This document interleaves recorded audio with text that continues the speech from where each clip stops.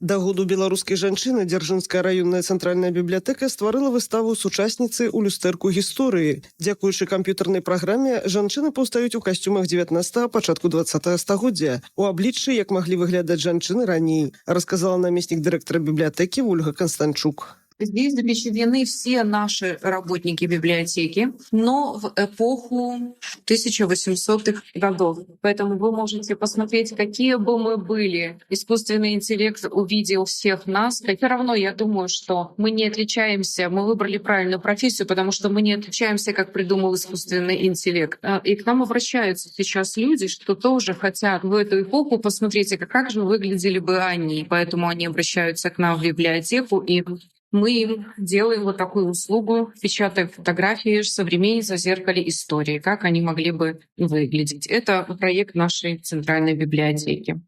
Наведвайце бібліятэкі, пашырайце літаратурныя далягляды.